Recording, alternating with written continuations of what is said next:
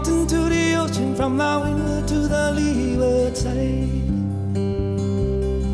On the island, we do it island style.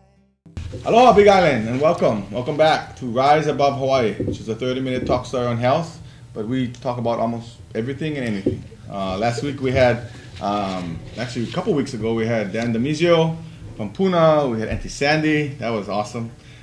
Previous shows we had Larry Walter talk about suicide prevention, and we had Chris Ridley talking about Alzheimer's, and so, you know, we just have different topics, and tonight, and I'm happy to introduce our panelists from Easter Seals, and I'd actually like them to introduce themselves, since they can do a better job of that. Let's start off with Lee. Tell us a little bit about yourself. Hi everyone, I'm Lee Wilson. I'm a board member with Easter Seals Hawaii and a member of our local advisory board as well. My name is Tisha Takazawa. I'm the program manager of the Home and Community-Based Services program. All right. Hi, I'm Shannon Tamimi, and I'm a parent of an Easter Seal child. Yeah. Thank you. My name is Wendy Correa. I'm the program manager and occupational therapist at HELO Early Intervention Program for Easter Seals. All right. And off the camera, I just asked Wendy, so how you got that Correa last name? She said, I married Portuguese, right? So I said, oh, you lucky, yeah? See? So, hey, it's good to be here. You know, I always pass Easter Seals driving up to pick up my kids, but I wasn't really aware of all the services they provide. And in the past, I know of some family members who went through Easter Seals for their services. So I think this is real good that our Big Island community can learn a little bit about what Easter Seals provide. And we have Shannon here to provide a little bit the parent perspective. But I understand, Lee, also your child was in Easter Seals. Is that correct? That's correct, my Would you like to- youngest. Yeah, share a little bit about that. Actually, he was about a year and a half when our pediatrician recommended that we go to Easter Seals because she felt that his speech wasn't really at the age that it should be. And so that was my first introduction as a parent to the Easter Seals program, which it was amazing. It was amazing because as a parent, when you're told something like that, you know, all these things go through your mind, and none of them are really good. You know, I mean, it's very worrisome, and so first of all, I think for the parents, it really provides a lot of assurity that there's support services, you know, that will be able to help you and your family through whatever, you know. And that's awesome because, like speech, people would think, you know, isn't speech a good indicator for development? Wendy? Well, yeah, but it's also interesting that about 65% of the children referred to our program are referred because of language delay. I think it just shows that that's a very sensitive area of the brain and for development. Now, how can you tell, since 60%, how can you tell, like, I'm a pidgin speaker, I always felt I was delayed a little bit, but there is you can tell that different ways. Yeah, we use different tests, but when children are referred to us, we do a comprehensive developmental evaluation because we don't look at just how a child speaks. We look at overall how they're developing, you know, their motor development, their thinking skills, their social development's really important to us, how they're socially, emotionally developing and relating to people. So, yeah. Okay. Shannon, what about for you? How did your child get involved with Easter Seals? Oh, well, pretty much the same thing. My son went to the doctor, and she felt that, yes, he was not hitting some of his benchmarks or age-appropriate skills. Give me some examples. For him, he was a little bit of a slow walker. Also, speech was another one. I mean, there was just, some of it was pretty obvious. He was not saying things like mommy or mama or any practicing to talk at all. So we were referred to Easter Seals to, just kind of check on him, which turned out to be a real, it really helped us out. It was Easter Seals empowered us to make the decisions that we needed to make for him. So that's interesting. So let's get this for the viewers, because I don't think many people know. So at certain stages, like at 1 year old, they're supposed to be saying some things. At 2 years old, like how you know if your child is delayed in language or speech? Mommy, by 3 years old is. Oh, definitely. Okay. Like a typical 2-year-old should have a vocabulary of over 50 words and should be combining 2-3 words together. Yeah. So that's why children go to their pediatrician for those regular checkups, and the pediatrician's really the the person to make the referral. They'll help the parent understand, oh, there's certain things your child's not doing as they should be doing. Oh, I see. They're the starting point. Yeah. And they refer to us. Yeah. And even walking, you mentioned. Yeah, walking. So slow walking. At what age should kids be walking? Oh, some are at the earliest at 9 months, the latest 15 months. Oh. Every child's different. So there's certain norms, but every child's still different. And so it's good, to get it checked out. But the pediatrician should be the first person to take a look at the child. That's good to know. So if your child haven't been, if they're not been to a pediatrician recently, because you should go. They should so that they can kind of check them out. That's like the first level of intervention. Yeah. Yeah, I think so. Yeah. Yeah. Okay. Other thoughts, Tisha? Tell us a little bit about your program. It's a little bit different from the children's program, but Yes, so we work with, in Wendy's program, she works with 0 to 3-year-olds, and we work all with kids and adults, everyone that's older. And in Wendy's program, it's more therapy-based, and and in our program, we work with independence and getting them to be more independent and be accepted in the community. So we work on a lot of skill building and helping them, like maybe cooking, for example, maybe getting a job, or could be going into somebody's home and helping them to bathe, dress, so all different degrees depending on what they need help with. So how is there percentage of the kids that come through your program that end up being in Tisha's program? Or some of, what is the, I don't want to say success rate, but when kids enter the 0 to 3 program, do they age out? Or does your child participate in Tisha's program? No, actually. Not necessarily, yeah. Oh, okay. So how does... So for our program, early intervention, it's birth to 3-year-olds, but it's children with developmental delays or biological reasons for having delays, such as Down syndrome or drug exposure, right, that impact development.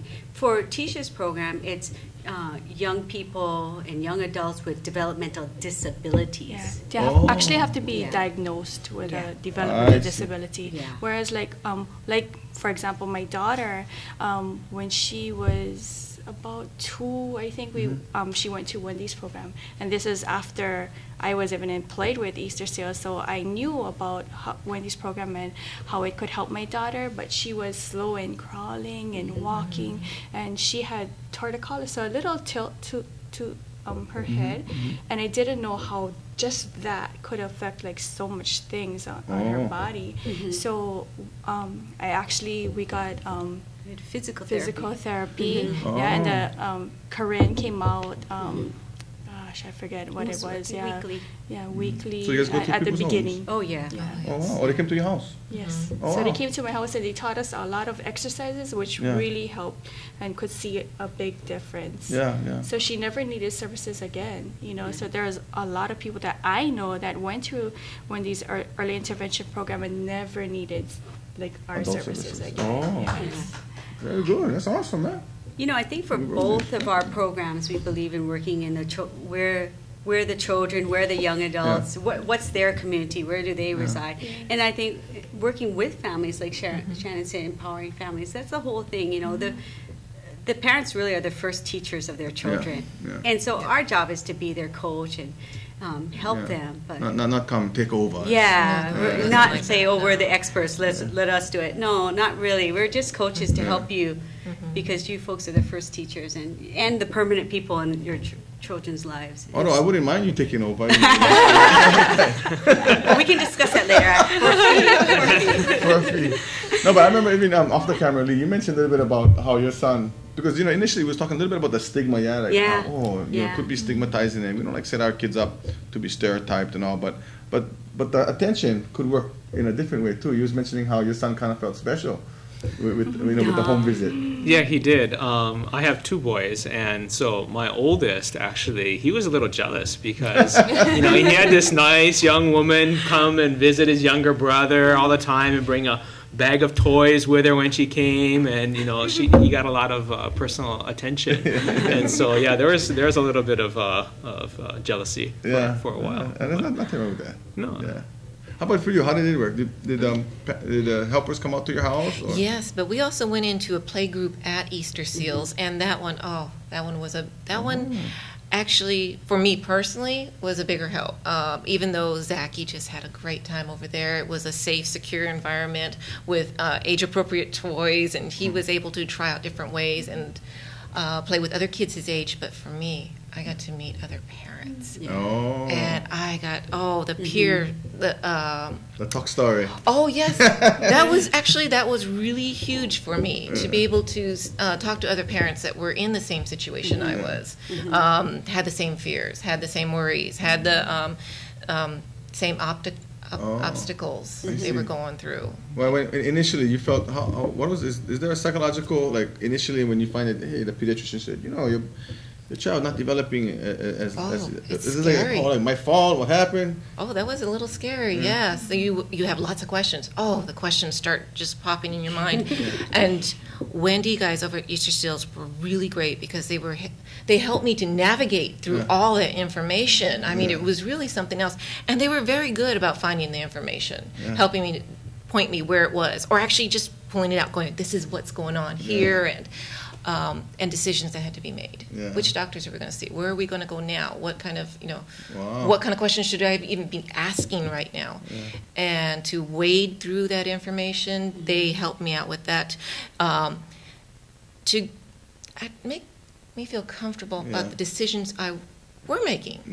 That's basically what they gave me, the power. They gave me the information to. Gee, just like family then. Oh yes. Yeah, Wendy was actually she was on my speed dial. Oh man. I think both of us feel it's a privilege that we are become like family. Yes. Yeah, working with Easter Seals, I was a high school teacher at Hilo High School, and I loved working with the kids that I did.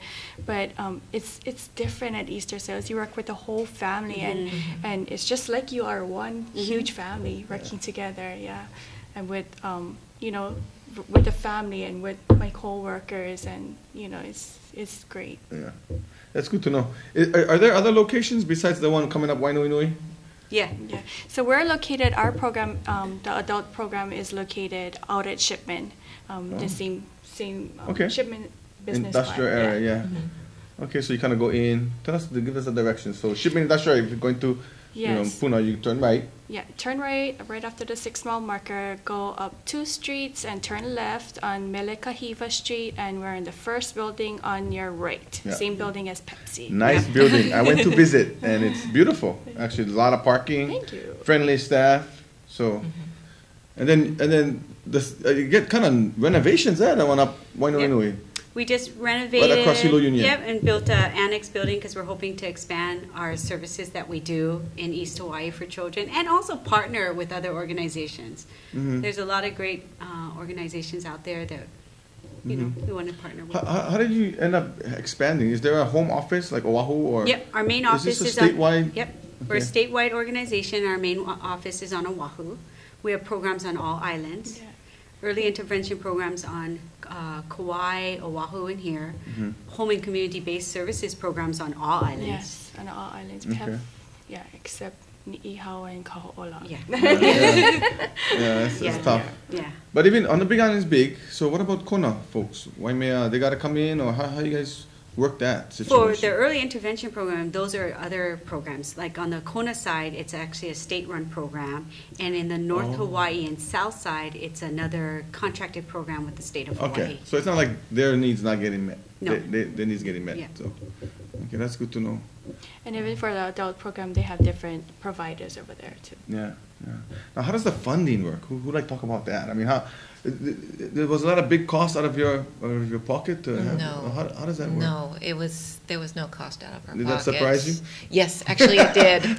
It really did. There was no money involved. So how does that work then? Where does the money come from? Lee, board member? How does It actually all depends on the program. So much of it is government funded. And so, but it all depends on which program you're talking about and what the requirements are for participating in that program. But to the actual participants that get the services, there's no cost to the family. So. Wow. For a majority of our services. So that makes sense because sometimes I get in the mail Easter Seals, give a donation. That is so that families like Shannon's no need to stress out about how they're going to help make ends meet. Yeah. And of course, right now, with our economy and the troubles our governments are having, government funding is getting more restricted, and so private donations are that much more important to an organization like Easter Seals, so we can do things. You see, Big Island, very important. So if you get that, like I got them in the mail, and a little bit helps. Just make sure if you get it in the mail, write your checks to Easter Seals Hawaii, because if you write it to Easter Seals Hawaii, all the money will stay in the state. If you just write it to Easter Seals, the money will go to the mainland. Yes. So. Because Easter Seals is a national organization, so we're affiliated with the national organization, but they do their own mail-out campaign. However, that does not support us. Yeah, so we got to keep them. Yeah, so you got to keep it local. Yeah, I like that.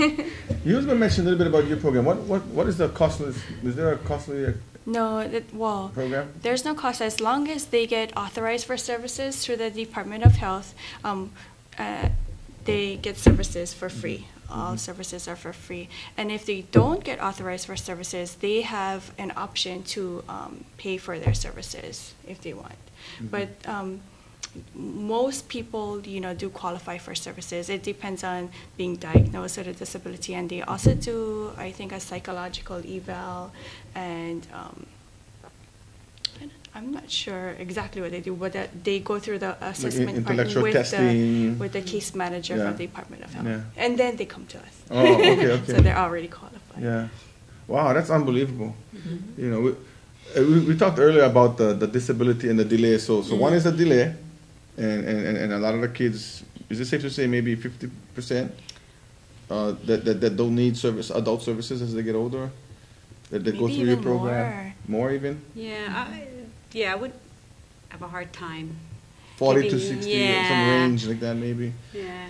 Okay. But our whole goal for early intervention is not just intervention, but prevention, I think. Especially because children, their brains are developing so rapidly from birth to 5. So that's our thing, is to get in there and help make those positive changes. You shared some of the services off camera. Could you share that on for the viewers, some of that you provide? In our program, there's occupational therapy, there's physical therapy, there's speech language therapy, social workers who do care coordination, and we have early intervention teachers. For the viewers, not everybody know what occupational therapy is. People get kind of, because the word occupation, because I know all my friends, she helped me find a job. Yeah, I was talking to Dr. Kimo where that started from. It started actually in the war days when soldiers would come back and they're healing, and they found if people were occupied while they were convalescing and getting better, if their minds were kept busy, and you looked at the whole person, not just the physical being, but the spiritual and the mental, that people healed better. So that's where occupational therapy started.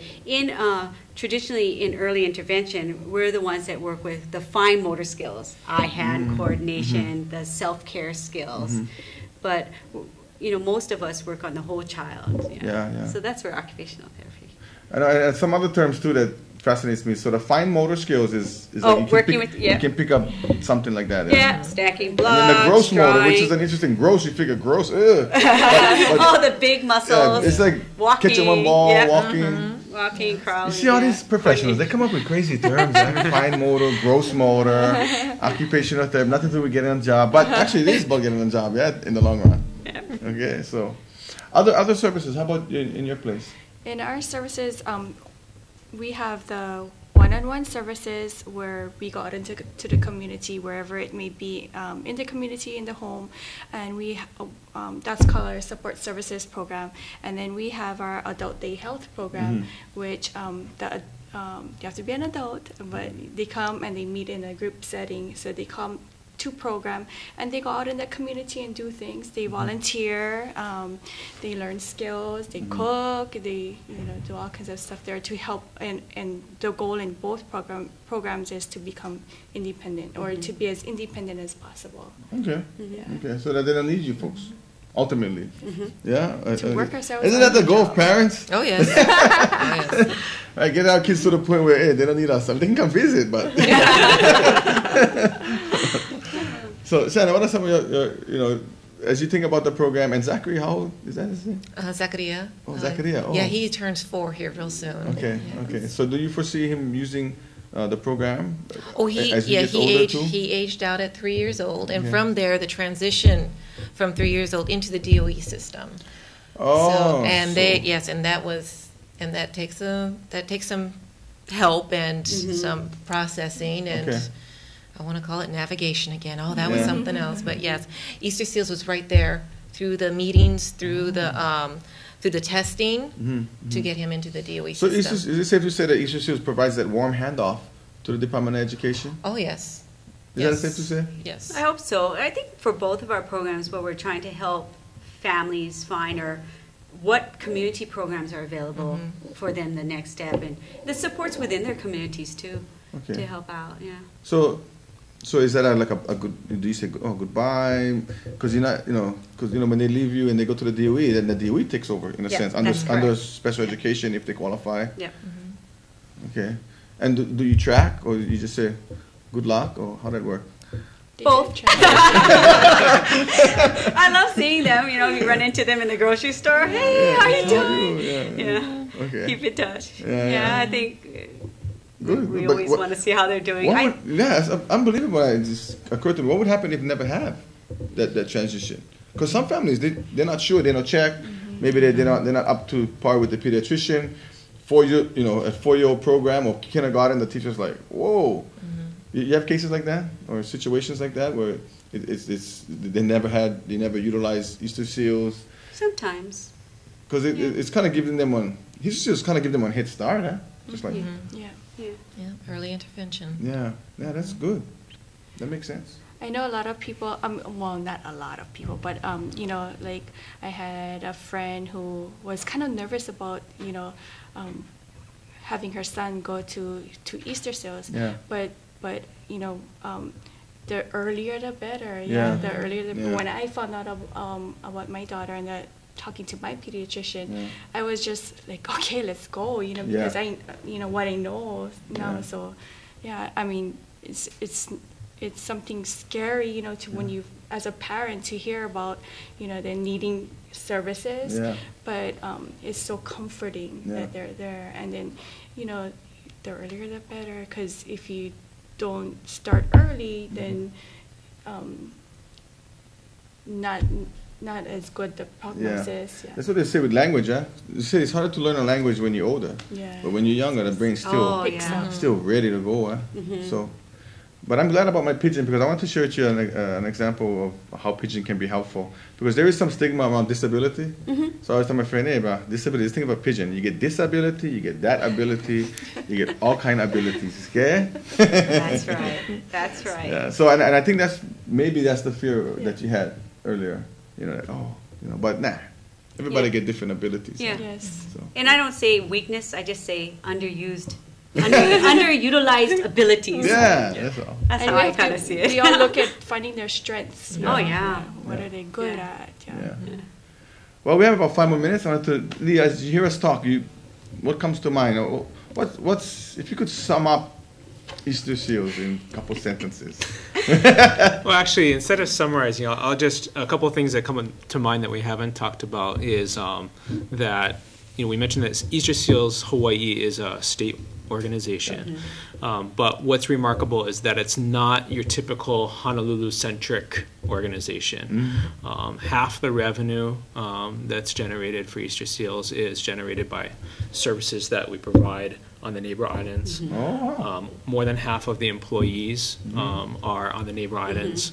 Oh, really? And so even the board is composed of people from the neighbor islands as well as people from Oahu, Wow.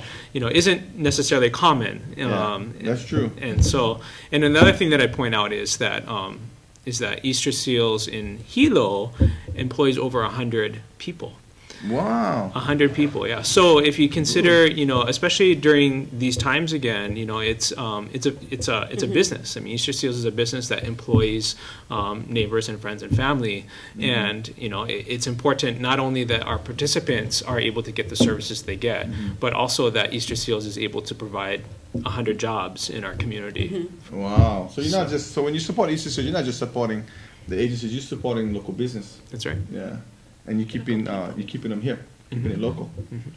How about you, Tisha? You know, some thoughts, some concluding thoughts from your perspective regarding Easter Seals. You like working there? Oh yes, I love working there.